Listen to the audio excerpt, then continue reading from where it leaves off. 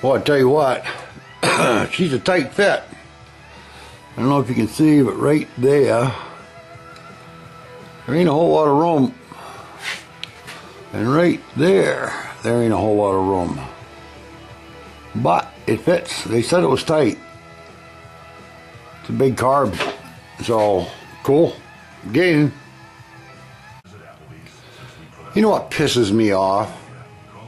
Is when you buy something, supposed to be quality, top of the line, pay a lot of money for it, and nobody takes pride in their work anymore, okay? This is the adapter plate that goes on it to accept my air cleaner, all right? There's an O-ring in there, okay? It seals around this. Well,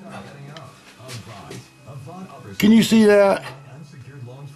I mean, it sticks up a 1/16 of a friggin' inch, you know? Okay, they sort of touched it with a file or a CNC or whatever, but give me a break, for Christ's sakes. Oh, anyhow, I'm going to take a file and file that smooth. Jesus Christ, pisses me off. Really? Like a minute, you know? Really? Whoops. Isn't that better? You know, really?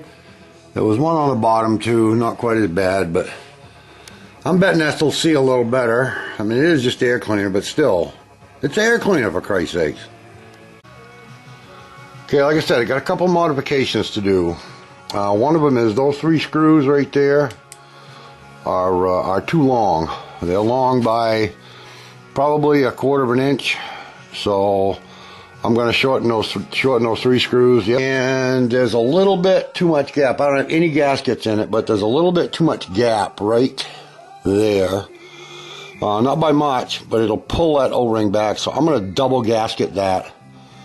It's just air cleaner, so it's not like fuel or anything. So I'm going to double gasket. I have enough gaskets. So I'm going to try to do those, try to get this mounted on permanent today. Some of you noticed I may have a few parts laying around. Well, there's a reason for that. The more of the stuff you collect, the more you don't have to run to the store every time. So, that bolt right there that I was going to shorten by 1/4 inch, well, guess what? Those bolts right there come out of, is about 1/4 inch shorter. And those bolts came out of the top of a 89 5-speed tranny. So I'm gonna get a bolt kit for this anyhow. So for now, keeps me rolling. So it's kind of ironic that those bolts are exactly what I needed. Hell, get a difference. It's just about perfect, isn't it? So that's what I'm gonna do. I can keep going. Well, we have a hypercharger.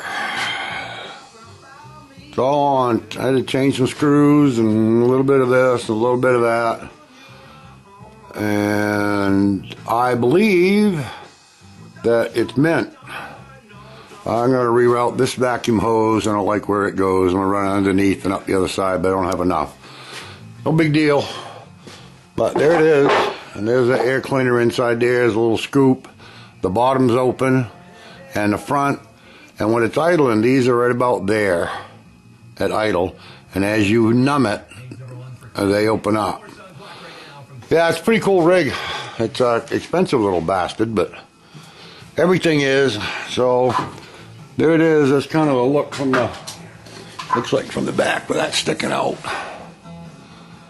And it just touches your leg. It's not uncomfortable at all. It was on my other bike, so I don't mind it. And there's the Mikuni 42, and boy, I'll tell you, there's not like a light. Well, this is my other Roadster, a little dusty and dirty, but this is the one that I rode back from, I shipped it out to Arizona, rode it back cross country, 5,600 miles, and it's been a great bike. It's got 35,000 miles on it. Not quite as clean as the other one. I sat outside before I got it, and it's got a little, you know, little rust places here and there, just chips in the paint and what have you, but But that's my pipe. That's a D&D 2-into-1 header, dyno tuned for this engine. And this is the engine with all the Buell goodies, cams, rods, high flow heads, pistons. So they tell me at the factory that's 12% increase. That's a lot by bolting on a pipe.